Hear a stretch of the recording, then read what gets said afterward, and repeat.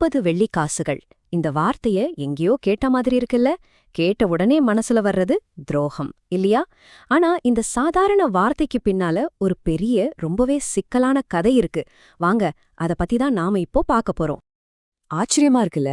இது ஏதோ ஒரு பழைய கதைன்னு மட்டும் நினைச்சிடாதீங்க. இன்னைக்கு வரைக்கும் கூட வெஸ்டர்ன் கல்ச்சர்ல ஒரு நண்பன் துரோகம் பண்ணிட்டா இல்ல நம்பிக்கைய உடைச்சிட்டா இந்த 30 வெள்ளிக்காசுன்ற வார்த்தையை தான் பயன்படுத்துறாங்க. பாருங்க அதோட தாக்கம் எந்த அளவுக்கு வலுவா இருக்குன்னு. அப்போ இன்னைக்கு நாம கேட்க போற முக்கியமான கேள்வி இதுதான். இந்த 30 வெள்ளிக்காசோட உண்மையான மதிப்பு என்ன? அது வெறும் பணம் தானா, இல்ல அதுக்கு மேல வேற ஏதாச்சும் ஆழமான அர்த்தம் இருக்கா? சரி, முதல்ல பண விஷயத்துக்கு வருவோம். அந்த 30 தீரிய சேக்கலோட சின்றைய மதித்து கிட்டத்தட்ட $1226 வருது. ஆனா ஒரு நிமிஷம், இத அப்படியே மறந்துருங்க. ஏன்னா இந்த கதையில மிக மிக முக்கியமில்லாத ஒரு விஷயம்னா அது இந்த பண மதிப்பு தான். உண்மையான அர்த்தம் இதுக்குள்ள இல்ல, அது வேற எங்கேயோ ஒளிஞ்சிருக்கு. புனித வாரத்துல அந்த புதன்கிழமை அன்னைக்கு இயேசுவோட மதிப்பு 2 விதமா ஒன்னுக்கொன்னு நேர் எதிரான வழியில கணக்கிடப்பட்டுச்சு. இது அந்த 2 மதிப்பீடுகளோட கதை தான். ஒரே நாள்ல நடந்த 2 சம்பவங்கள். ஒரு பக்கம் பாத்தீங்கன்னா ஒரு பெண் அவளோட ரொம்பவே விலையுயர்ந்த வாசனை தைலத்தை இயேசு மேல ஊத்தி அன்பை வெளிப்படுத்துறா. அதோட மதிப்பு என்ன தெரியுமா? 1 வருஷ சம்பளம். இன்னொரு பக்கம் இயேசுவோட நெருங்கிய சீடர்கள்ல ஒருத்தன் அவரை வெறும் 30 வெள்ளிக்காசுக்காக பேரம்பேசி விக்கிறான். பாருங்க, ஒன்னு எல்லையே இல்லாத அன்பு, இன்னொன்னு கரெக்டா கணக்கு போட்டு செஞ்ச துரோகம். இப்போதான் நாம இந்த விஷயத்தோட மையப்புள்ளிக்கே வர்றோம். அந்த 30ன்ற நம்பர் அது ஏதோ எதேச்சியா வந்ததில்ல. அது ரொம்ப கவனமா செலக்ட் பண்ணப்பட்ட ஒரு நம்பர். சொல்லப்போனா அது ஒரு ஆழமான அர்த்தம் இருக்கிற திட்டமிட்டு செஞ்ச ஒரு அவமானம். இதோ பாருங்க, அதோட முதல் அர்த்தம். மோசேயோட சட்டப்படி 30 வெள்ளி ஷேக்கல்ன்றது ஒரு அடிமை கொல்லப்பட்டா அவரோட எஜமானுக்கு கொடுக்கப்படுற நஷ்ட ஈடு. அப்போ பிரதான ஆசாரியர்கள் இயேசுவோட உயிருக்கு என்ன விலை வச்சாங்க? ஒரு அடிமையோட விலை.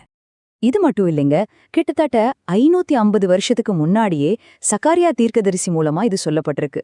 அப்போ மக்கள் கடவுளோட மேய்ப்பரோட சேவைக்கு இதே 30 வெள்ளிக்காசை கொடுத்து அவரை அவமானப்படுத்தினாங்க. அதுக்கு கடவுள் என்ன சொன்னார் தெரியுமா? ஆஹா, என்ன ஒரு அருமையான விலை அப்படின்னு ரொம்ப நக்கலா சொல்றார். அப்போ இதுல நாம புரிஞ்சுக்க வேண்டிய முக்கியமான விஷயம் என்னன்னா, அந்த ஆசாரியர்கள் யூதாஸ் கிட்ட இருந்து ஒரு துரோகிய மட்டும் வாங்கல. அவங்க வேணும்னே திட்டம் போட்டு இயேசுவ ஒரு அடிமையோட விலைக்கு மதிப்பிட்டு அவரை கேவலப்படுத்தினாங்க. சரி, இப்போ நம்ம யூதாஸோட மனசுக்குள்ள போய் பார்க்கலாம்.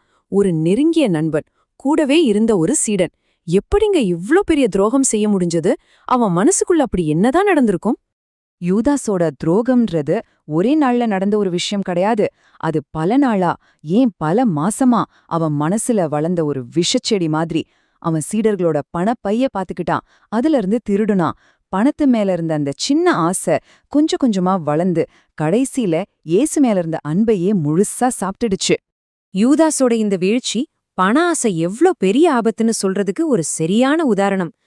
பேராசை ஒரு மனுஷனோட நம்பிக்கைய எப்படி அரிச்சு தின்னுடுங்கிறதுக்கு இதை விட ஒரு நல்ல எடுத்துக்காட்டு இருக்க முடியாது. இந்த சிலந்தி வலை உதாரணம் இத ரொம்ப அழகா விளக்குது.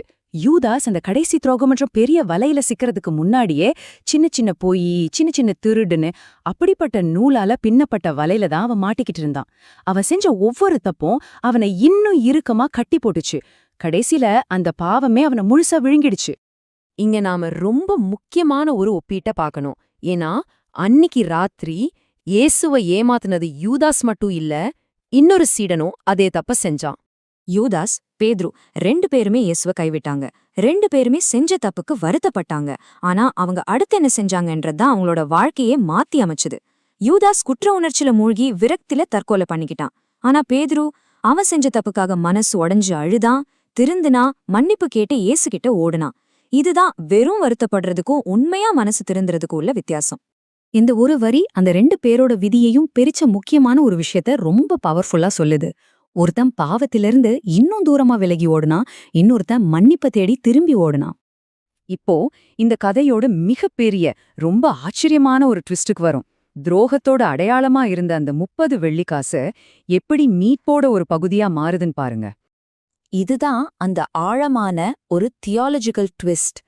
அவரை கேவலப்படுத்துறதுக்கா யூஸ் பண்ண அதே அடிமையோட விலை மனுஷங்களை காப்பாத்துறதுக்காக அவர் ஏத்துக்கிட்ட ரோலோட அடையாளமா மாறுது.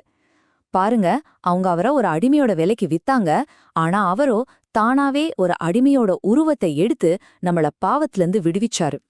அப்போ இந்த 30 வெள்ளி காசுன்றது ஒரு பெரிய கதையோட ஒரு சின்ன ஆனா ரொம்ப முக்கியமான ஒரு பகுதிதான். சிலுவை, உயிர்த்தெழுதல், மீட்புன்னு அந்த பெரிய படத்துல இது ஒரு சின்ன சிம்பல், அவ்வளவுதான். சரி, இந்த அனாலிசிஸ ஒரு கேள்வியோட முடிக்கலாம். துரோகத்தோட விலை 30 வெள்ளி காசு. அப்போ மீட்போட விலை என்ன? மதிப்பு, தியாகம், கருணை, இத பத்தின ஆழமான உண்மைகளை நீங்களே கொஞ்சம் யோசிச்சு பாருங்க.